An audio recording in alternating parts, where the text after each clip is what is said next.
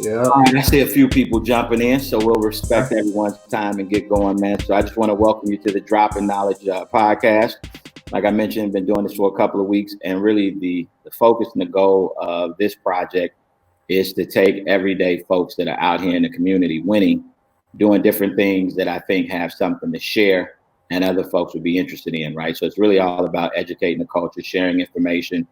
And I'm excited to have you on because I'm seeing the work that you've done. I've known you for obviously years through the Newbie Network, you know. But, yo. You've been doing some amazing things in the real estate space, and so really just want to kind of walk with you through kind of your journey, your path, right? A lot of folks talk real estate, but you lived it, the ups, the downs, and I love what you're doing now, and I think a lot of folks can take some things in. So why don't we start there? Just, if you can introduce yourself a bit, tell us what you do today, and then kind of take us back to how you got onto this real estate journey.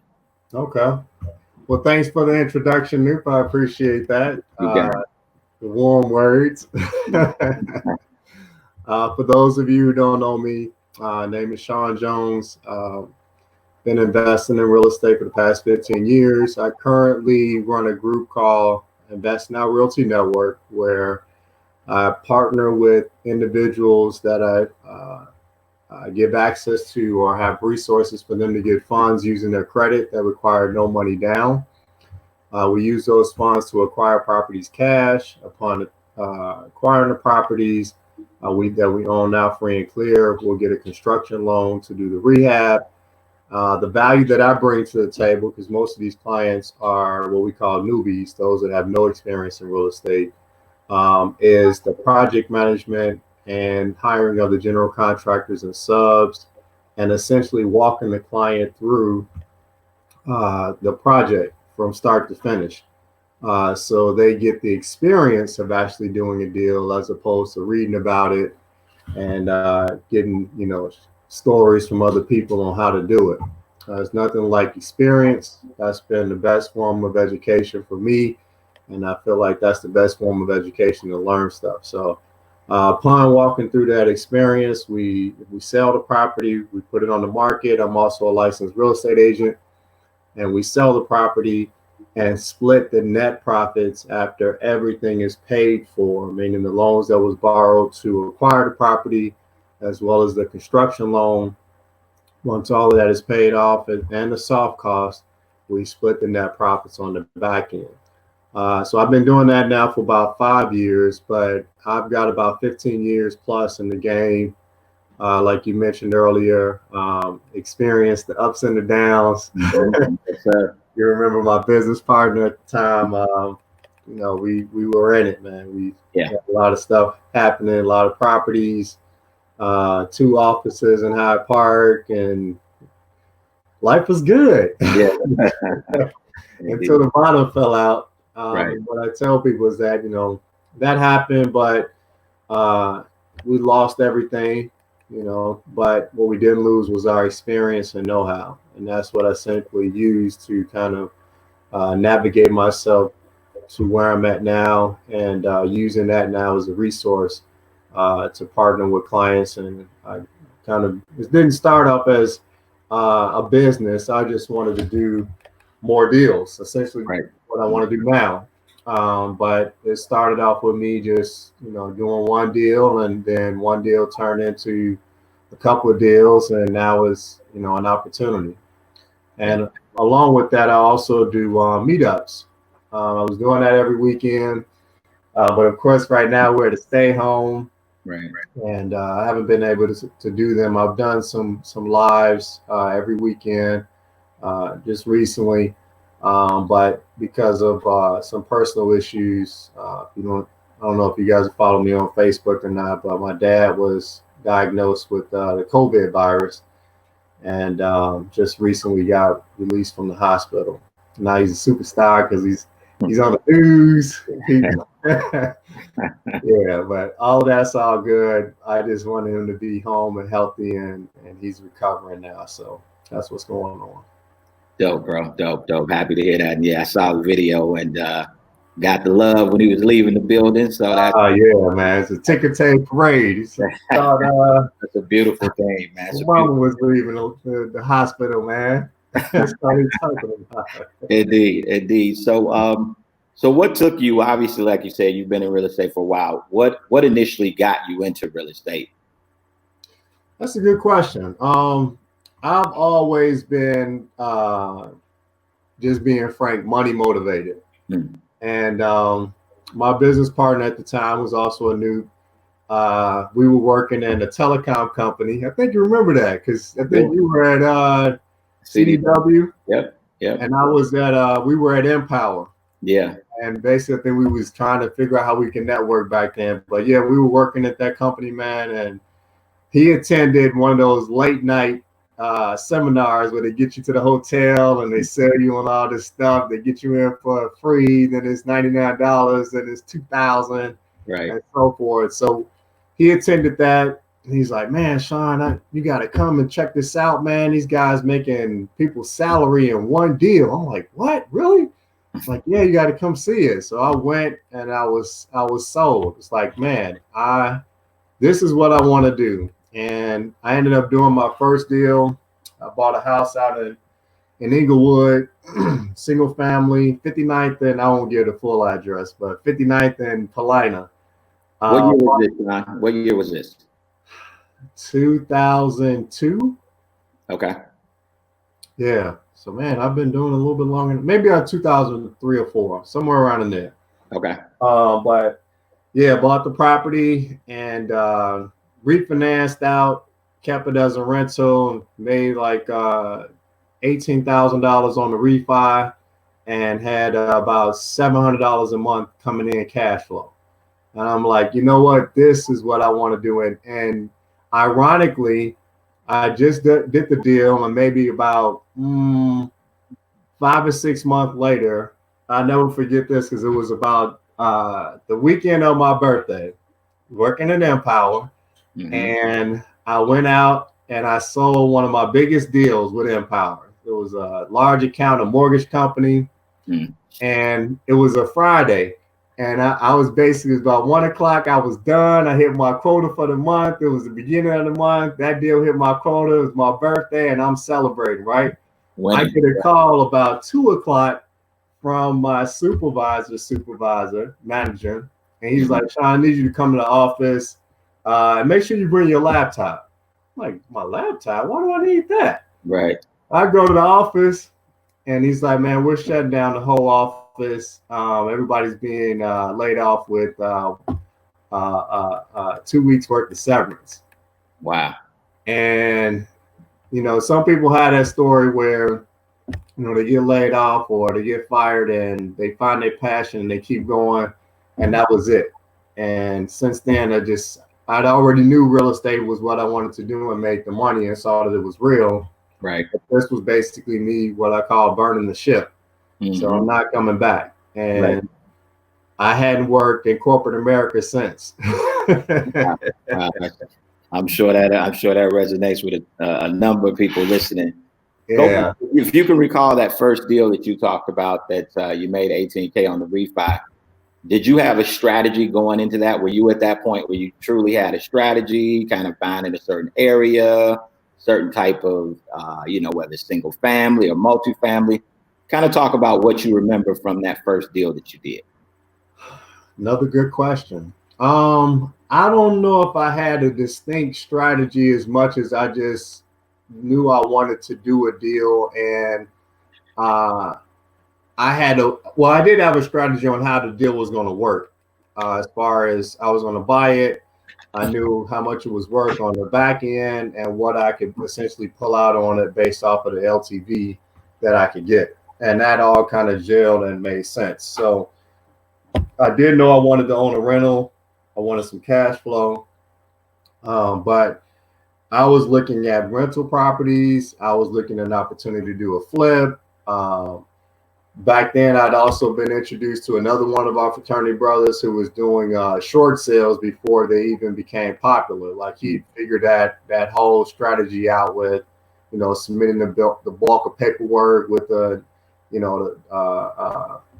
the comps and the hardship letters and constantly faxing them. To tell you how long ago that was. We was faxing this stuff in to the banks, trying to get reps to basically send it to the right person in the bank to make a decision to do that. So I've been exposed to that. I was looking to do those type of deals or working on that, but this just happened to be the first deal that actually made sense and went through. So I guess to answer your question, didn't have a set strategy like this is exactly what I want to do, but I had a couple of things that I was familiarizing myself with. And I also had people in the background that I could count on to kind of educate me and walk me through the process as if I found something that made sense. Gotcha. So you talked about, let's call it 2004 when you did your first deal. We're in 2020, so let's call you 16 years in. Mm-hmm. Knowing what you do today, what's kind of maybe one of the most important things that you would tell yourself back in 2004, knowing what you know today about just real estate as a whole, real estate investing? Find somebody that is doing what you want, that you're trying to do, and do whatever you can to have them mentor you, work for free. Just lock arms with that person, because they're going to allow you to escape a lot of the mishaps and pitfalls that you're going to go through as a brand new person, or at least be able to walk you through issues. Because I go through issues right now. I'm going through a couple of issues, in this market. Right. But I know who to call, and because of that, I'm able to kind of navigate a lot easier and get stuff done. But because this game in real estate, a lot of you listen to people explain how deals go, and they make it seem like it's A, B, C, D. Right. But it's A, small a, hyphen, and everything else in between to get to the next letter. Right. And you gotta have resources, and that's two things that I say you got to be successful in this business. You got to have one is money, and the other one is resources. If you got one without the other, it's like having neither one at all. So, yeah, definitely want to get access to as much. Find a person that is doing what you want to do, and see if you can lock arms with them, and network, build your resources up. Become very resourceful. Yeah. So we can share. Obviously, 2008, the market crashed. I know I had kind of some war stories from that time. I know you had. And so you kind of talk about it. I hear so many folks talk about real estate and getting involved in real estate, and they're talking fast and quick. And you do this and flip that. I'm like, it never goes like that.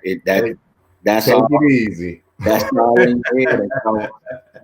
So one of my biggest, obviously the biggest that really ultimately got me into doing rehabbing is I got in two properties pretty much at the same time. I got a 3-flat over in Inglewood and a 2-flat out in Harvey. Right?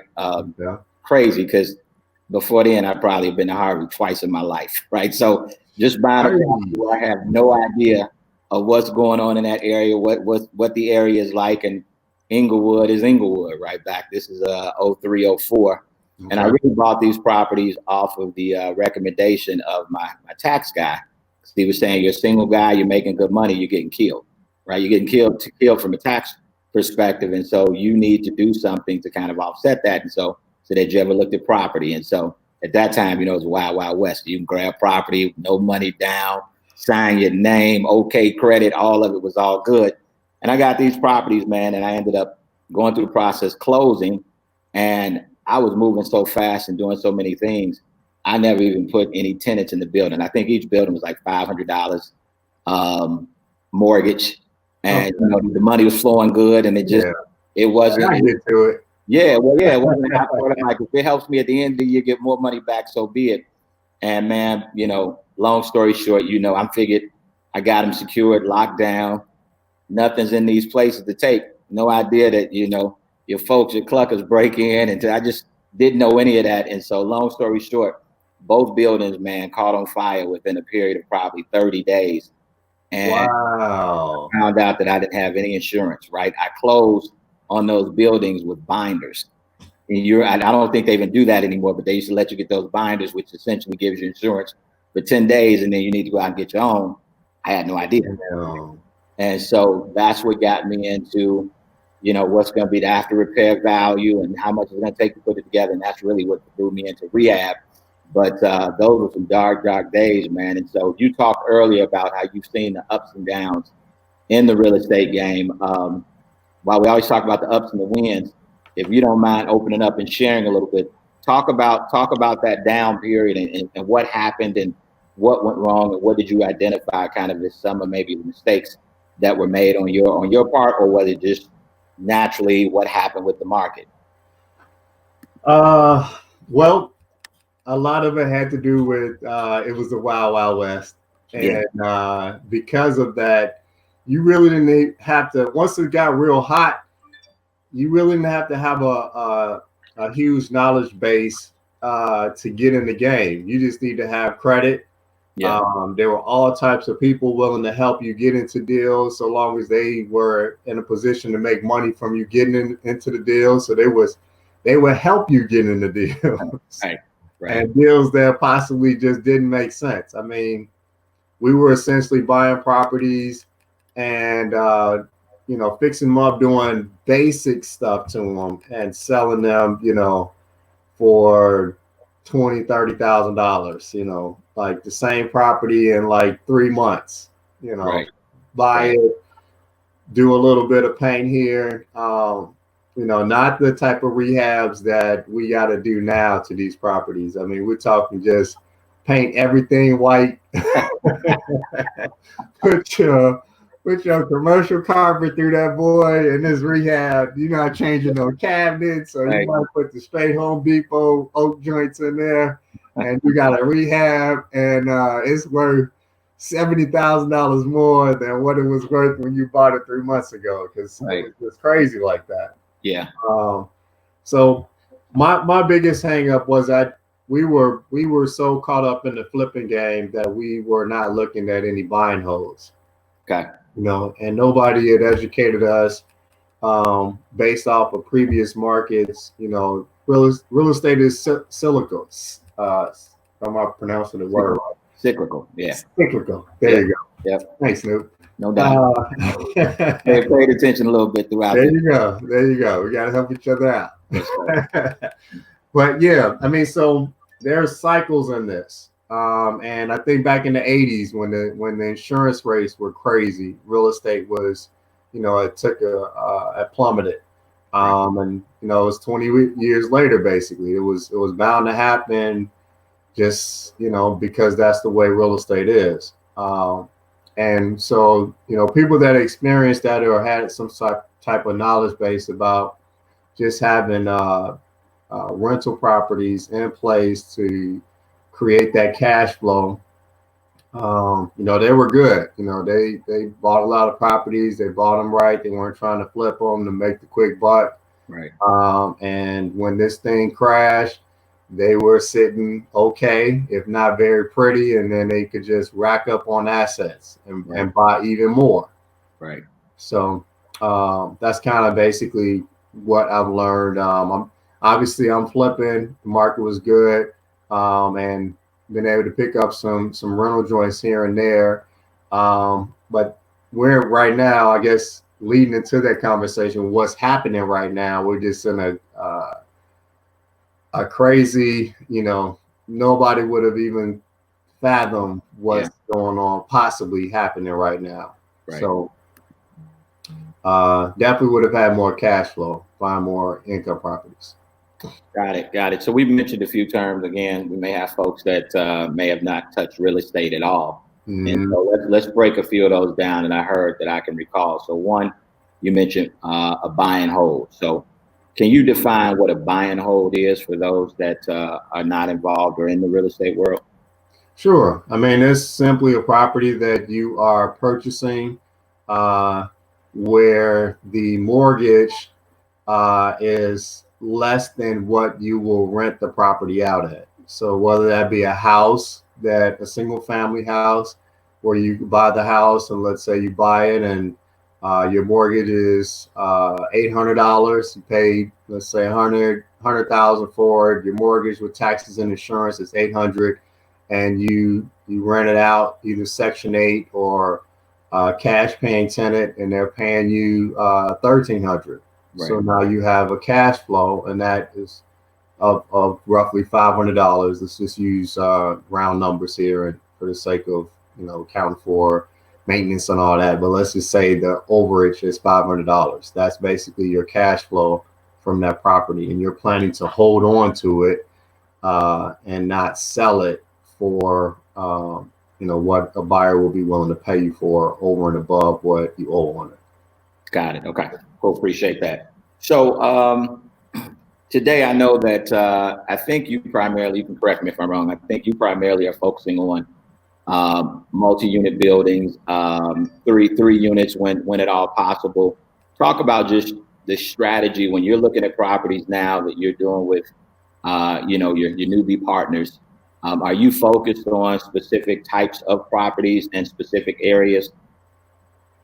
Well, our niche has been actually 2 units. That's been like a sweet spot. We picked up some single families here and there. Got a 3 unit, obviously I'm selling right now. But the niche has been the 2 unit. And the reason being is because it's easier to qualify for. Actually, I'm just going to what's going on right now in the market and talking to some brokers that I work with. They've changed the guidelines. And for the 3 units, they're requiring more reserves on those properties versus a 2 unit. It's less reserves. It's easier to rehab. It doesn't cost as much because we're not rehabbing 3 apartments. So the rehab cost is a little bit cheaper. Although on the back end, they tend to rent higher, but acquiring them and rehabbing them is a lot easier. Right. So we're looking at the 2 unit.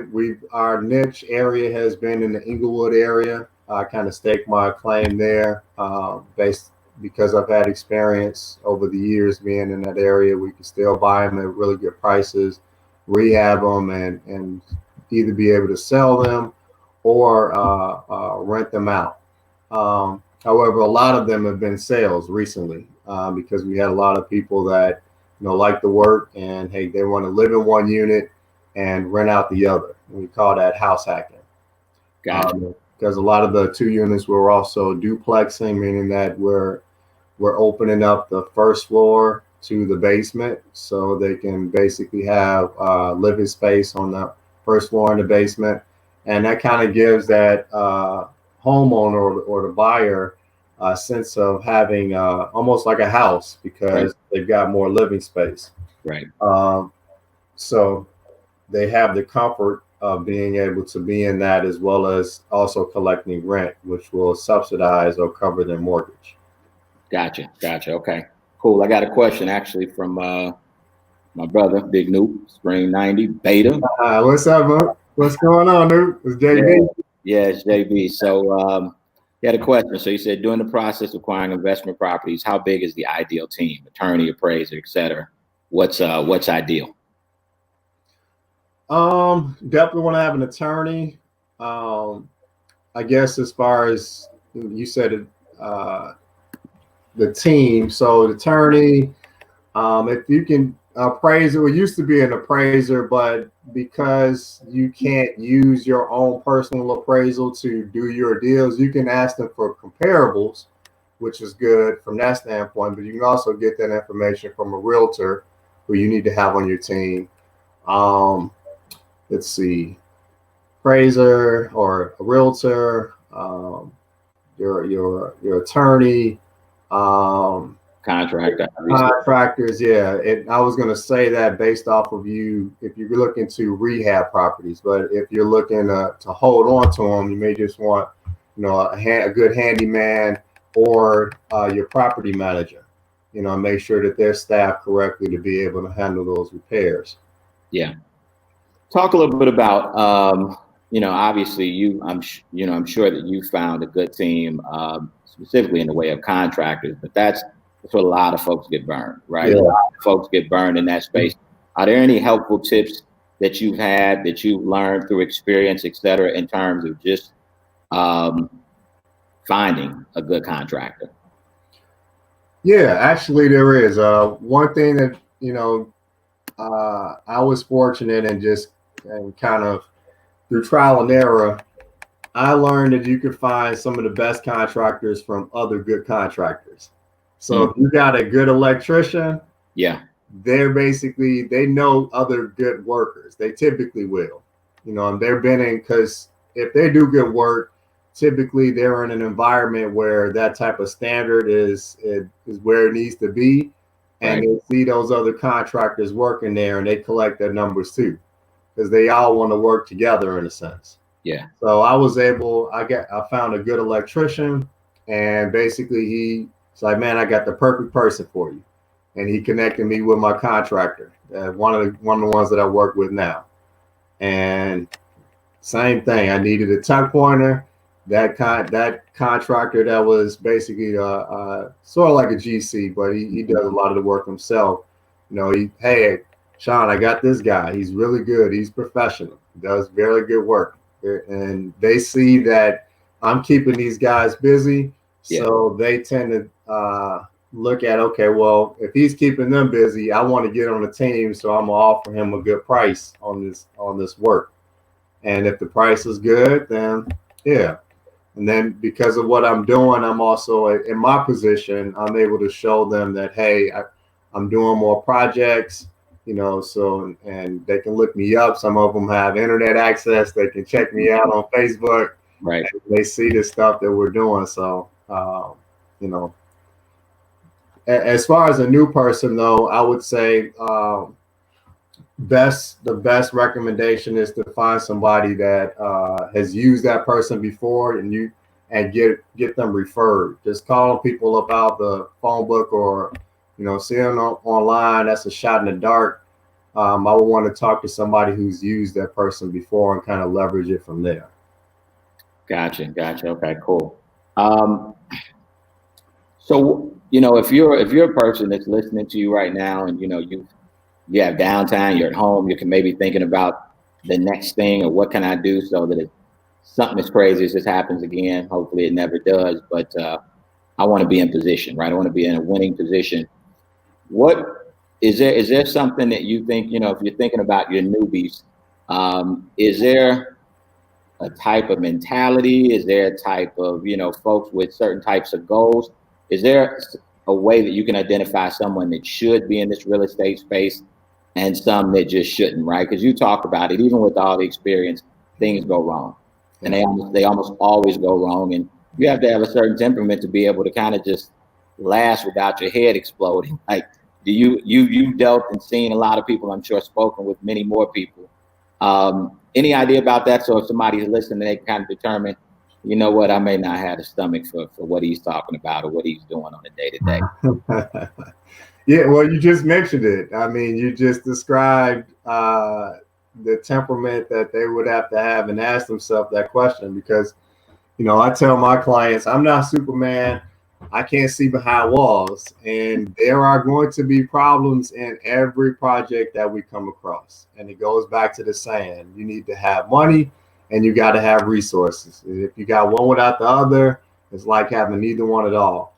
And, depending on what we come across, you got to be able to stomach it and always keep moving. And that's what I tell my clients as we're going through the project. My goal is to get us to the finish line regardless. So, if you can't take disappointment, if you are one of those people that feel that everything has to just be, exactly the way it's planned, you have an issue. You have to get over that.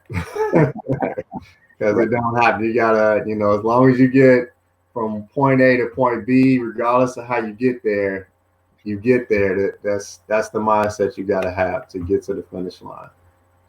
Got it. So early on, we started our conversation. You mentioned no money down, right? And people are seeing that everywhere. No money down, no money down.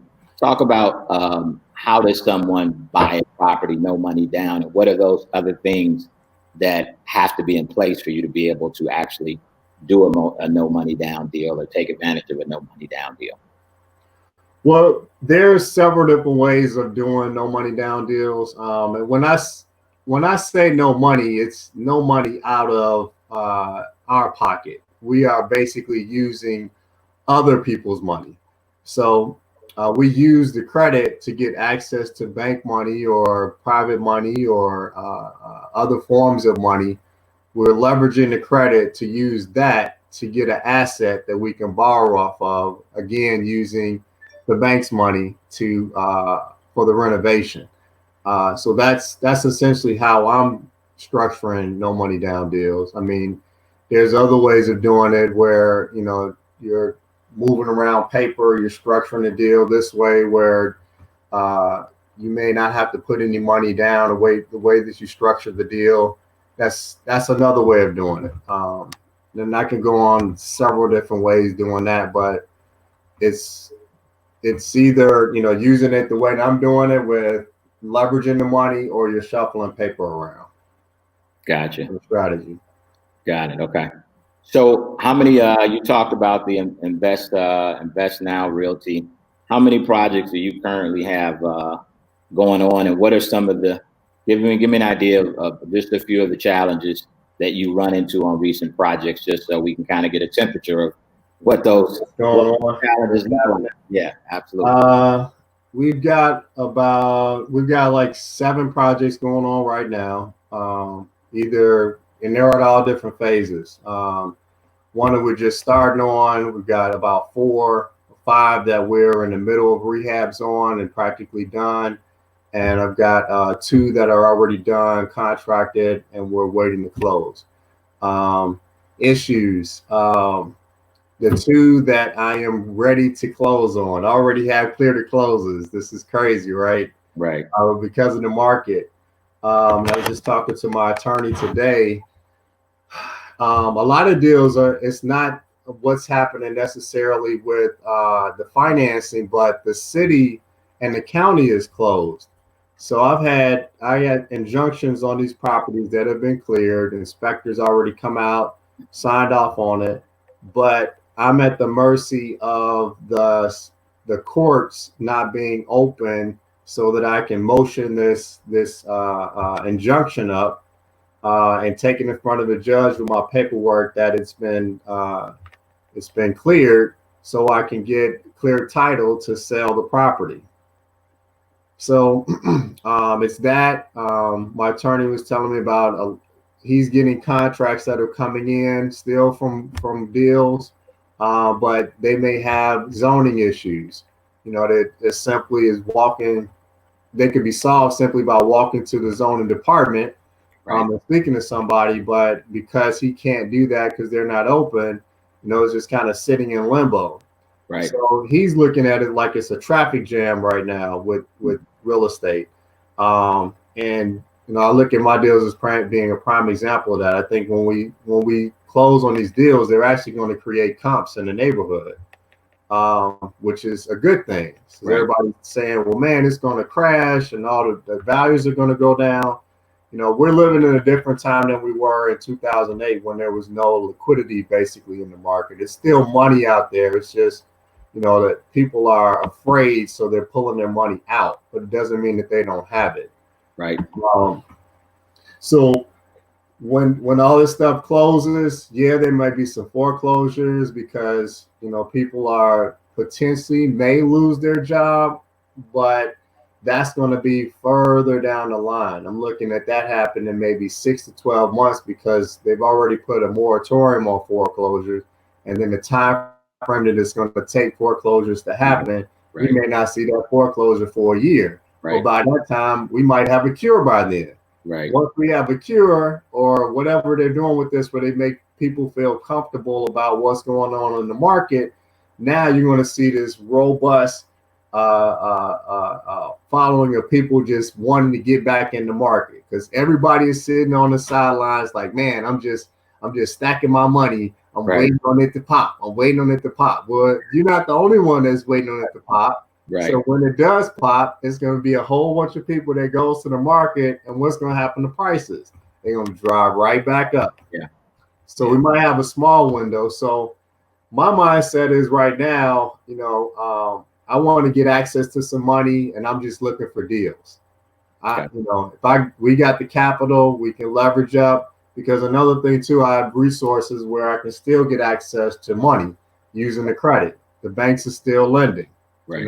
They haven't cut that off, even though guidelines have changed. They may have made it a little harder, but they're still lending money. So we're getting access to money. We're looking for deals. I'm gonna start promoting now that, hey, I'm a cash buyer out here. Anybody got any properties? Send them over. Let me see what you got. And the cheaper they are, the better. But a good deal is a good deal, regardless of the market. Yeah. We might save $5 or $10, $20,000 here. Yeah, that's some money. But by the time the market comes back, and we've already bought this inventory and we're getting back on the market, we're going to be selling while everybody is trying to get properties to sell. Right. So that's my mindset right now. Gotcha. For everybody watching as well, I'm actually going to be chatting with the lender this Saturday morning at 11 a.m. Michelle Aponte is going to be talking about just what Sean's talking about here, which is some of the guidelines have changed. So if you're looking at buying maybe just a home, investment property, et cetera, she'll be able to kind of walk you through what that landscape and how what's going on has kind of impacted that. We had a question from Aaron Foster. What's up, good brother? Yo, he said, what's your experience with hard money deals? So can you kind of describe what hard money is? And then if you have any experience with hard money, be interested in hearing that. Oh, sure.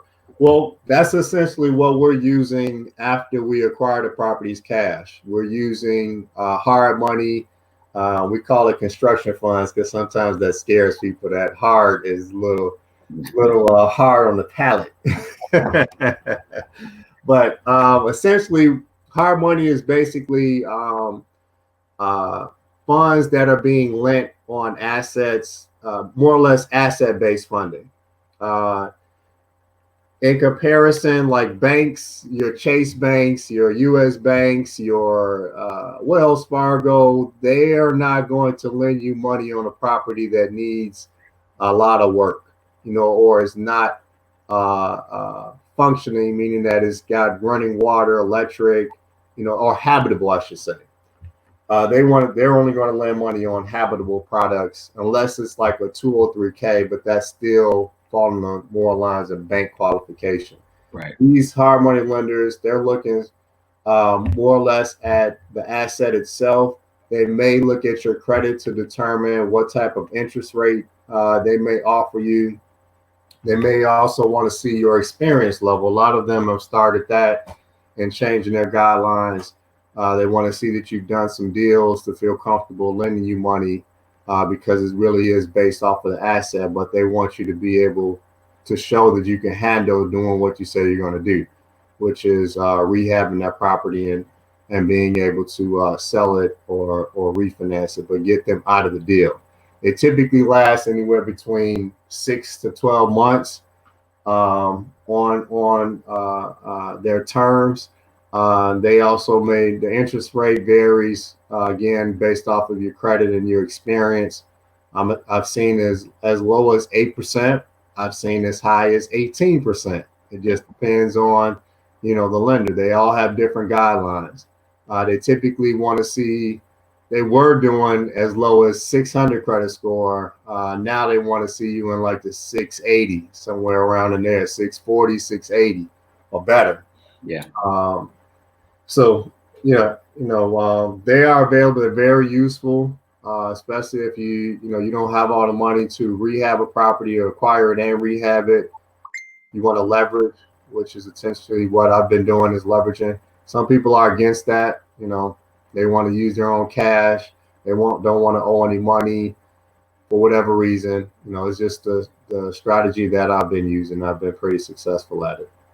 Absolutely. So Delonia, hey, what's going on, Delonia? She asked a question: what are the banks asking for now that's making it harder to buy now? So, as I mentioned, Sean touched on it. If you want to touch on it, you can. But if not, we're going to be doing another live this Saturday with a young lady who's a lender. So she'll be able to specifically talk about what's going on, what's making it harder. And so that may be something that you find valuable as well. So again, for everyone watching this, you can always catch up on these on my Facebook page.